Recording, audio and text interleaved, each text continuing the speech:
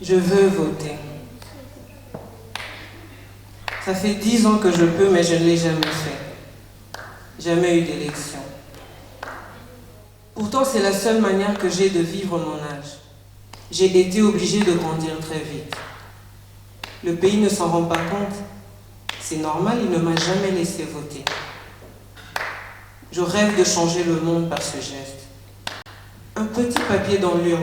Je connais la procédure par cœur, je l'ai vu faire à la télévision. Je veux pouvoir choisir librement. Et cela, tous ceux qui ont la majorité devraient se le permettre en même temps que moi. Ce serait une façon de penser à autre chose qu'à ce qu'on va bien pouvoir se mettre sous la dent ou sur le corps. Faustin, Jojo Papi, je veux voter. Ça fait 10 ans que je peux, mais je ne l'ai jamais fait. Jamais eu d'élection.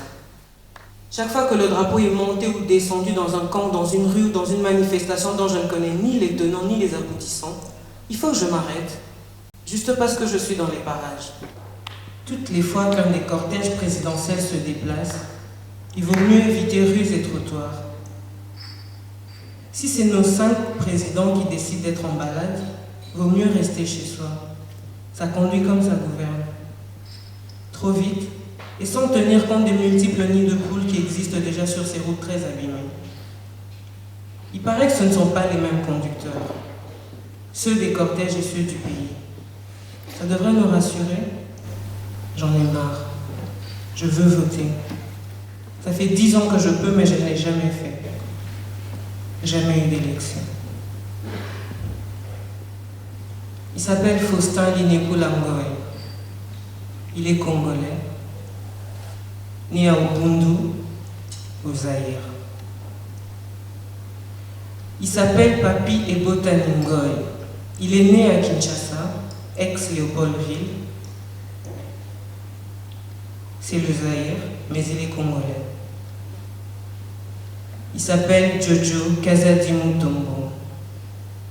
Lui aussi, il est né au Zaïre, à Lubumbashi, ex-État indépendant du Katanga. Il est congolais. Je m'appelle Bibiche Marie-Louise Mumbo. Moi aussi, je suis une Congolaise, née au Zaïre, ex-République démocratique du Congo, ex-État indépendant du Congo, ex-Congo belge, ex-propriété privée du roi des Belges, Léopold II. Maintenant, mesdames et messieurs, si vous le voulez bien, est-ce que vous pouvez vous lever et chanter avec nous l'hymne national?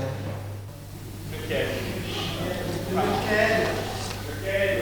Oui. On va trouver.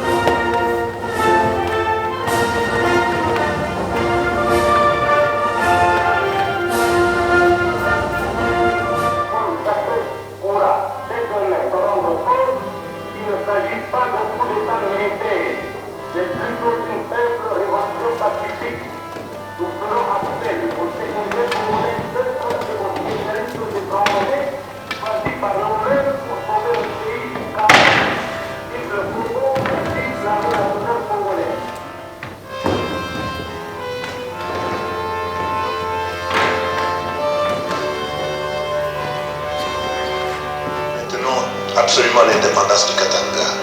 D'ailleurs, c'est la seule façon, n'est-ce pas, de sauver encore ce qui reste à sauver dans le reste du Congo. Si tout le monde, si les Occidentaux comprenaient, n'est-ce pas, ce que nous avons, ce que nous voulons nous autres, les Katangais, je crois qu'ils pourront sauver le reste du Congo. Mais seulement on nous reproche, n'est-ce pas, que nous voulons conserver toutes nos richesses nous-mêmes. Ça ne sera pas question. Nous voulons bien aider les autres États qui sont pauvres. Mais, n'est-ce pas, quant aux affaires politiques du pays, nous voulons les conserver nous-mêmes. L'électricité est enfin revenue. Les enfants crient, chantent et courent dans tous les sens, poursuivis par leur père, fonctionnaire en grève. C'est comme ça que le quartier fête le retour de la lumière. Les femmes, les jeunes, les chrétiens, tous n'attendent de faire qu'un geste salutaire. Allumer enfin la télévision. Placée dans la cour commune sur un tabouret, la seule télévision de la parcelle reste le seul élément unificateur en dehors des WC. Une vieille Samsung 15 pouces en couleur. L'antenne dépend de son amitié avec une des branches du mangué des lieux. 19h, rien à faire, place à Top Model.